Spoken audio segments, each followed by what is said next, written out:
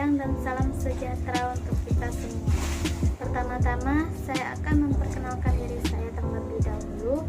Nama saya Putri Sainita, NIM 2018143284, Prodi PGSD, kelas 5H, mata kuliah pembelajaran mulung, dosen pengampu Adrianus Dedi, Sarjana Filsafat Magister Pendidikan.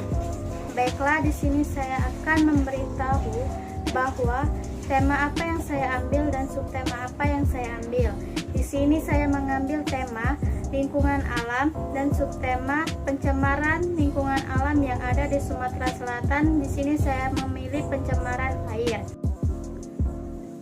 Baiklah, di sini saya akan menampilkan sebuah gambar pencemaran lingkungan alam yang ada di Sumatera Selatan, yaitu air. Gambar pertama, penjelasan lingkungan alam di air yang sehat. Gambar kedua yaitu pencemaran lingkungan alam di air yang tidak sehat. Yang pertama, saya menjelaskan pencemaran lingkungan alam di air yang sehat. Lingkungan alam di air yang sehat salah satu kebutuhan pokok bagi manusia. Jika lingkungan sehat, manusia tersebut juga sehat. Nah, lingkungan sehat yaitu udaranya sejuk dan airnya bersih, yang tidak ada sampah di dalam sungai yang berserakan. Sungai dan selokan selalu tampak bersih dari sampah. Oleh karena itu, air dan sungai di selokan tidak selalu tergenang. Yang kedua, penjelasan lingkungan alam di air yang tidak sehat, di mana manusia selalu sering membuang sampah sembarangan di sungai. Jadi, air dikatakan tidak sehat. Bersih jika air tersebut tergenang. Karena penuh sampah, air tergenang dapat mengakibatkan sarang nyamuk. Nyamuk bisa menyebabkan penyakit untuk manusia. Adapun jenis-jenis lingkungan alam di air, yang pertama, pencemaran mikroorganisme dalam air. Yang kedua, pencemaran air oleh organik, nutrisi tanaman. Yang ketiga, pencemaran oleh bahan kimia anorganik. Yang keempat, pencemaran bahan kimia organik. Pencemaran lingkungan alam yang terjadi pada air di Sumatera Selatan ini adalah kondisi di mana zat-zat polutan atau komponen berbahaya masuk ke dalam air, sehingga kualitas air menurun dan tidak dapat digunakan dengan maksimal. Pencemaran air dapat terjadi di semua wilayah, mulai dari perairan, air laut, sungai, hingga danau. Penyebab terjadinya pencemaran air adalah ulah manusia atau masyarakat, di mana mereka membuang sampah di sungai. Manusia juga sering membuang limbah pabrik ke dalam sungai, dan lain-lain sebagainya. Pencemaran air terjadi biasanya ketika saat hujan, di mana saat limbah pabrik sedang mengalir ke air. Kita dapat lihat seperti contoh terjadinya pada aliran sungai Musi yang mengalami aroma yang tidak sedap. Pada air sungai Musi ini akibat sampah yang selalu dibuang sampah ke dalam sungai.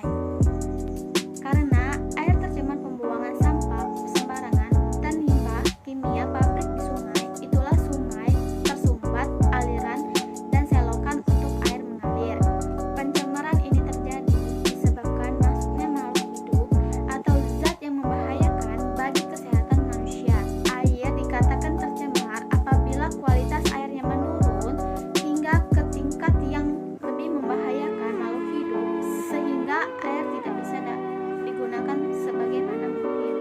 Kelas selanjutnya saya akan menjelaskan tentang sikap, pengetahuan, dan keterampilan.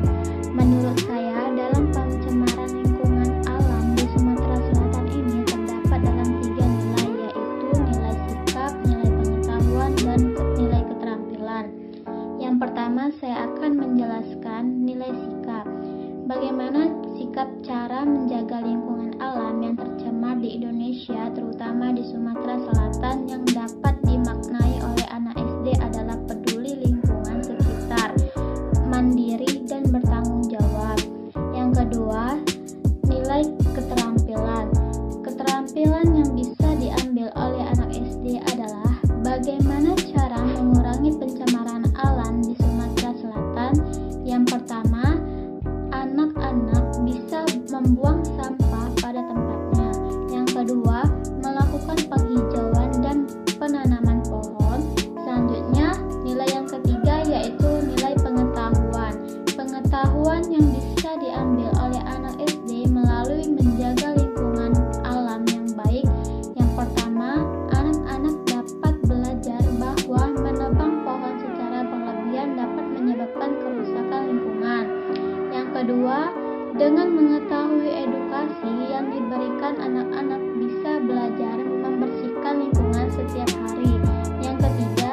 Anak-anak tidak merusak tanaman sekitar.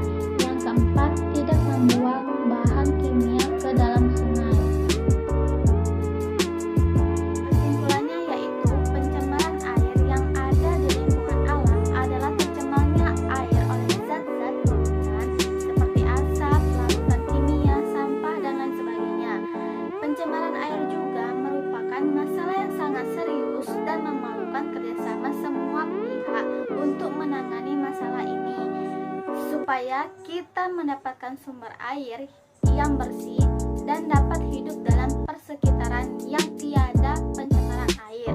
Cara mengurangi atau pencegahan pencemaran air yaitu 1. Melakukan reboisasi, 2. Melakukan pengolahan air limbah, 3.